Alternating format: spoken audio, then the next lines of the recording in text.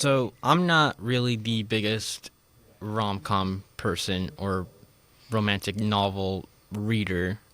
You've had your fair share of watching rom-coms and maybe a little bit of romance novels. Am I correct? No.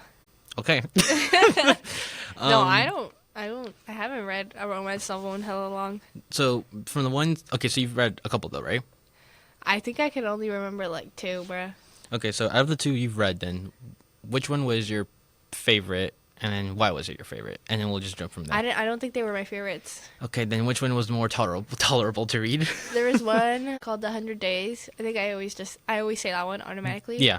Yeah. I had it for a really long time in my room, and then I gave it away. But it was a book about like a love triangle. But one of the girls had a disability. She had a disability, but her best friend also liked the guy that she liked. And So when she found out that they were dating, it crushed her. Mm-hmm. It kind of led her to be a little bit more sick. And she eventually dies at the end. And her best friend, I didn't say names. I didn't say. Oh, wait, okay, but okay, yeah, does it count? I don't know. does But it- I don't know if anyone would even read the book. Okay, but anyway, I'll continue. But I mean, there's a lot more details that I didn't share. But yeah, at the end, the best friend and the guy are like, "Oh, we shouldn't date. It just feels wrong," and that's how it ended. So I don't know if I would say it's romance. Mhm. And another one I read was Flipped, but Flipped turned into a movie, so I bet like everybody knows that one. Mhm. Yeah. I think the only ones I've seen are just kind of like the romance movies. I think the Yeah. best one I've seen so far, and I already know what you're gonna say. which one am I gonna say? No, say it and then I'll say if I was right. La La Land. Oh, I thought you were gonna say 100 Days of Summer. Well, actually that's a movie about love. It's not really a romance. That's true. That's true. But I think that's also maybe like a subcategory we can talk about.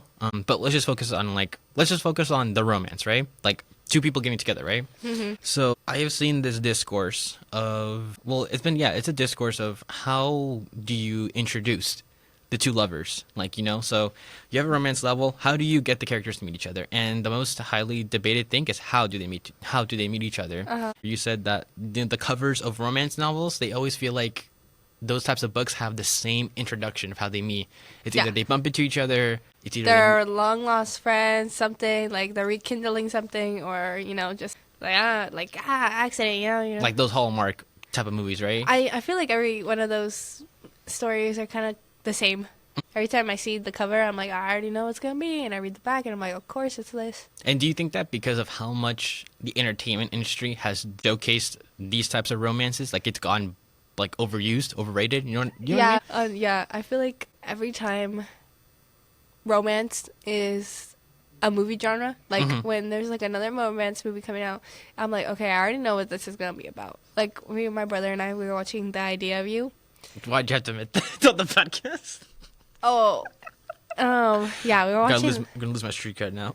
No, sorry, you're gonna lose your aura. I'm gonna lose my aura. 1,000 points down. We were watching that, and I was telling my brother, I was like, I know what's gonna happen next between them, and I'm not gonna spoil it. But like literally, what I thought happened, and then another moment in the scene happened, and I was like, okay, she's gonna do this, Mhm. and she literally did the thing that I was talking about, and I'm like, see, They become predictable. yeah, rom-coms become so predictable. It's not fun anymore. Nowadays, it's become very overused, and now people are starting to be like, okay, well, what's this have, right? And again, going back to La La Land, I think La La Land, the reason why I liked La La Land was because while the two characters, how did Ryan Gosling and Emma Stone meet? Was it because it was at a party, right? Or Yeah. no, he was honking at her in the freeway. And then right? they bumped into the restaurant, but he ignored her. Exactly. Yeah.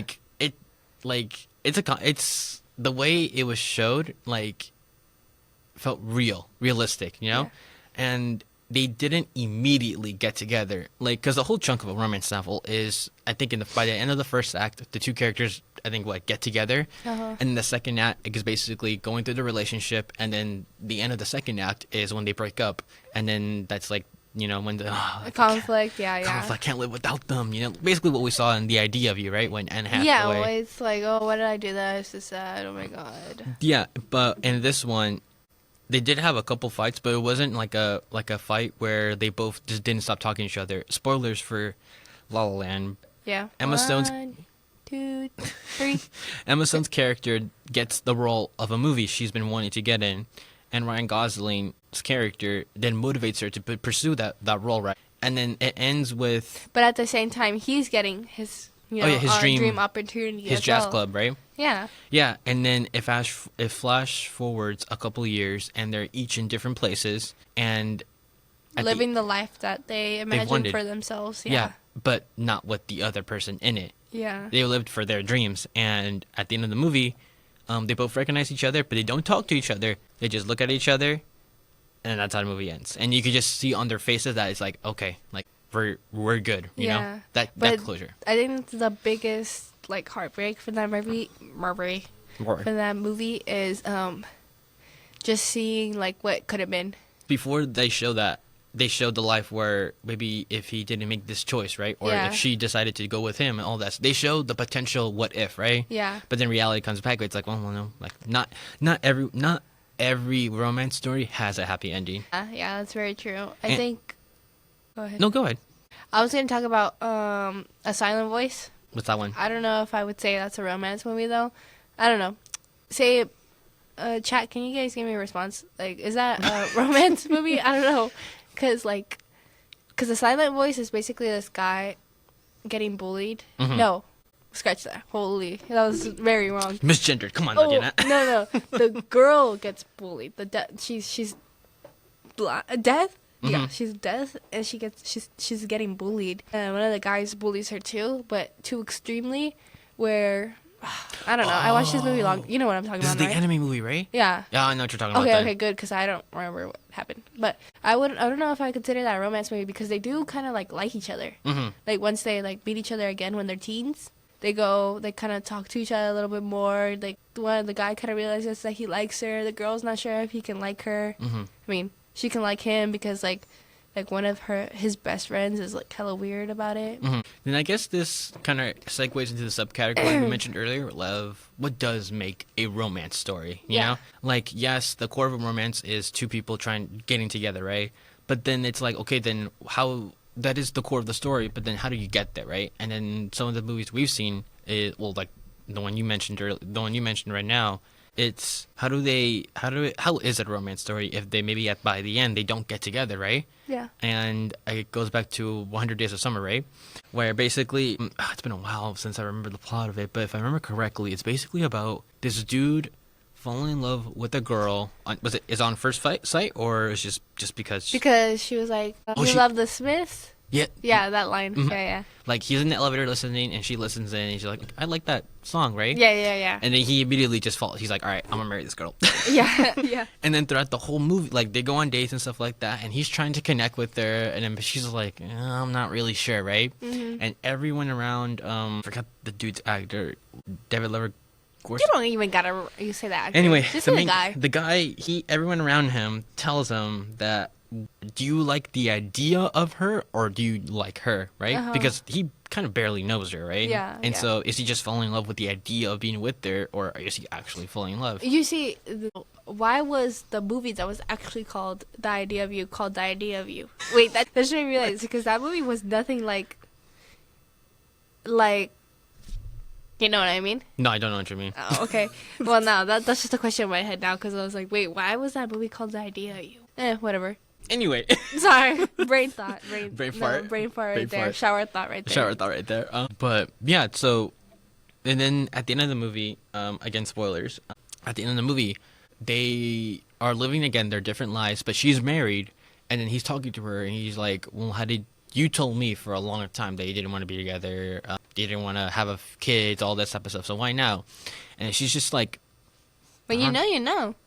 I'm like, When there's, you know. sometimes you don't have to, sometimes there is no reason, it just is what it is, you know? Yeah. She found herself in that situation, and she's like, okay, I'll just say yes, It right? just wasn't the right person. It might have been his right person, but she didn't think he was the right person. Yeah, and I guess that's been the discourse of romance novels. Is because nowadays Gen Z, our generation now, have kind of gotten used to the idea of not every single person we date is going to be the one, right? Yeah. And again, it's because of the amount of the one books, movies, TV shows that we've seen that us has consumed, it's kind of spoiled our mentality of like, oh, like the next person I'm gonna meet, she's the one. You know what? That brings in a good topic. I think I talked about how like entertainment has screwed up our vision of love, of like what love is supposed to be. Because I think we have too many high expectations. Well, it's not wrong to have high expectations. No.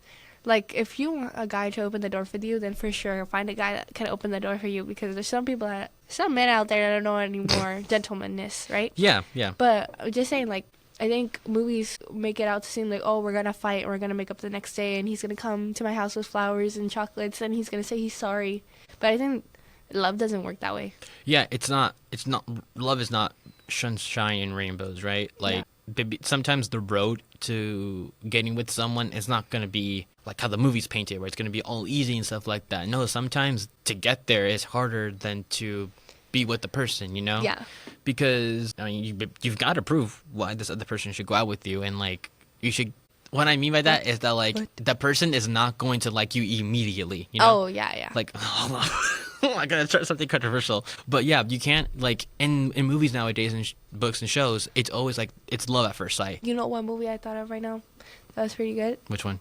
10 Things I Hate About You. That is a good movie. I do like that. That's, like, kind of like... Slow burn? Yeah. I love... I love slow burn, but then after slow burn happens, you're like, oh, I don't like it. Like, I mean, you want to wait for them to get together, but then when they're together, you're like, oh, this is kind of boring. I mean, I feel like that's something that we all kind of, it's like a natural thing where, like, we love to get there, but then when we get there, it's like, okay, now what, you know? But that's like a different thing, you know?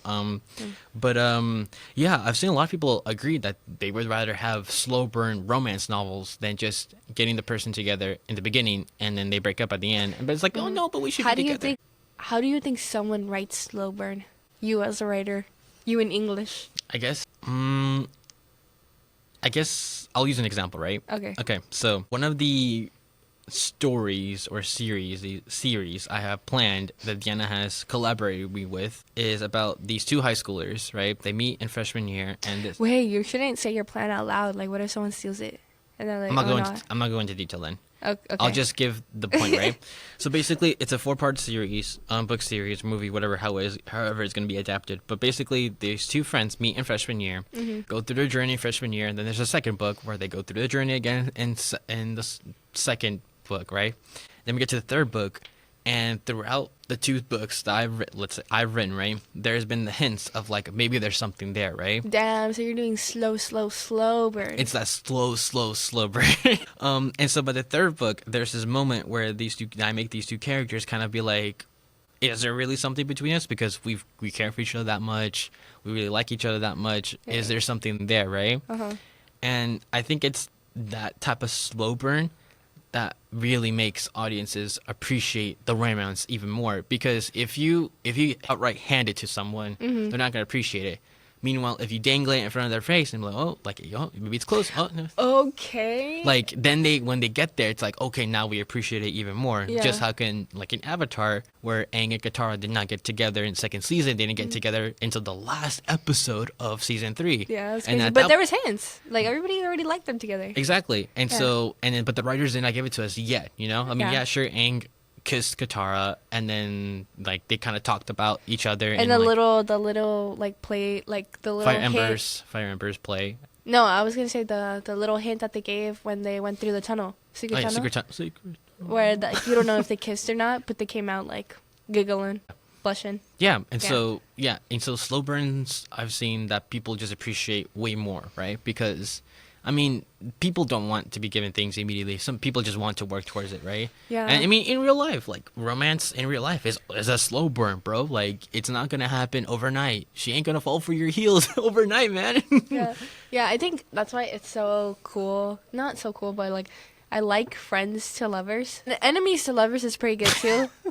Maybe that was my first one, but no, my second one is definitely Friends to Lovers, because you already know, like, it's already established relationship. Yeah, and you can tell that they care for each other, but it's kind of like, oh, do I care for them as a friend, or do I care for them as a lover? And I feel like those are the most interesting stories. Yeah. Where, like, it's like debating of, like, whether or not we should be friends or not, right? Yeah. Like, and I don't know if, I mean, people who listen to this can probably state in their minds what books have done this, but I feel like those are far more interesting than just two high schoolers getting together without really knowing each other versus two friends who do kind of like each other, but it's like, well, should we get together? If we do, then there's these complications and maybe all these conflicting things and all this type of stuff. Like, there's a lot of things more involved with that than just meeting a stranger on the subway. You know what I mean? Yeah. But I guess now the question it becomes is like, then what makes a bad romance? Like, what's something that we do not like to see in romances? What do you got? What's your food for thought? Whoa. Thought for food? Thought for food. Wow, that's interesting. I don't know. We've literally seen so many romance movies where we're like, why is this? I thought you were gonna mention it after. Dude. But okay, wait. Oh yeah. I feel like I've talked about After in every single episode that I've been in. It's your beef. But I really don't like After. It's just really weird. It's just like I hate when guys. I hate when guys. I hate when guys. Period. But I hate when guys like in the romance movies they come off as so hard. No, no. I mean, like personality-wise, like you know how Harden is macho, like, right? That type of macho personality, right? Yeah, like Harden was trying to be so hard and like, I forgot what her name even was, bro. But like, it's just so cringy. It's just so cringy when they try to do that. And it's also like the fantasization of abuse that you mentioned a couple episodes ago, where they really just hone in on like, oh my god, I love him, but like he's also like he beats the living out of fuck out of me. I don't know why that's such a trend right now. It's like crazy. Books like that. Have you been on book? Anyone's been on book TikTok? Book TikTok. That's all they talk about. Like, oh, he's a 10, but he beats me. Basically, that's what they say. Yeah, but like, I don't know if you guys been on that, but so many books are doing sexualization of sexual abuse. Yeah. Or just abuse in general. Like, I don't know what. Euphoria. And it started. That's what I told you. Like, it started with Colleen Hoover, where she just started writing books like that, and I guess a lot more people started writing books like that. That's bad. And it's like, oh, people are feeding into this, but why are people feeding into it? And Like, why is TikTok so obsessed with these types of books? I don't understand. And maybe maybe you're right. That's what makes a bad romance, because why are they doing this? Yeah, like I think Euphoria has done something like that, right? Where toxic, like romanticizing toxic. Yes, toxic there you go. love? Romanticizing toxic love. Like it's like oh my goodness, that's what makes bad romance. Exactly, romanticizing it, right? Because I mean, just because he takes you out on late night drives does not mean that he's gonna treat you well in the end, right? Yeah. Like it's like, bro, like no. And that's also what messed up our generation's perspective of love. I think, like just the toxic love being in like romance books and novels. Yeah. Wait, that means the same thing. It's yeah. So I think making a good romance, if you're going to write a romance within the story, try to make it a slow burn and. Well, not always. Well, not always, yeah. Not but always. I guess then the other part I was going to mention was that do not make the characters revolve around each other. We are real people. We have other things going on in our lives. We are not high schoolers. We are not middle schoolers. And even if we were, we would have other stuff in our minds, like homework and practice or whatever like that. And the common thing I've seen in romance novels is that they each make the characters feel like vanilla. Like the only personality is just to love this other person, and they don't have any other hobbies. Like, bro, do you got anything else to do? Like, scroll on TikTok for once or something, right? Like, and that's also the other issue with romance. Like, the characters are just made for each other. Like, literally, they are written just to be made for each other. Okay, now I looked it up, right? I looked it up. What she was on her phone. She was looking through something. What was so bad about the after plot? And it says, we witnessed what was a plot disaster propped up by toxic masculinity. I don't know if I said that right. But that's what I was talking about. Like, I don't like when guys are so, like, woo. Yeah. You know? And romanticization of abusive relationships. And also, I don't know if anyone knew, but this is supposed to be, like, a fan fiction about Harry Styles. Like, after movies. Which is crazy. And then... Because, like, fan fiction is so much better than that. Okay, well... okay. Like, I think fan fiction could do novels better. You think fan fiction? I mean, yeah, obviously, because that's a fan fiction, and then you go into like 8 movies. No, like and 50 not Shades of after Grey. though. Like if you kind of look, there's some pretty good ones. Okay, well, okay, but But yeah, that's Someone out here agrees. okay.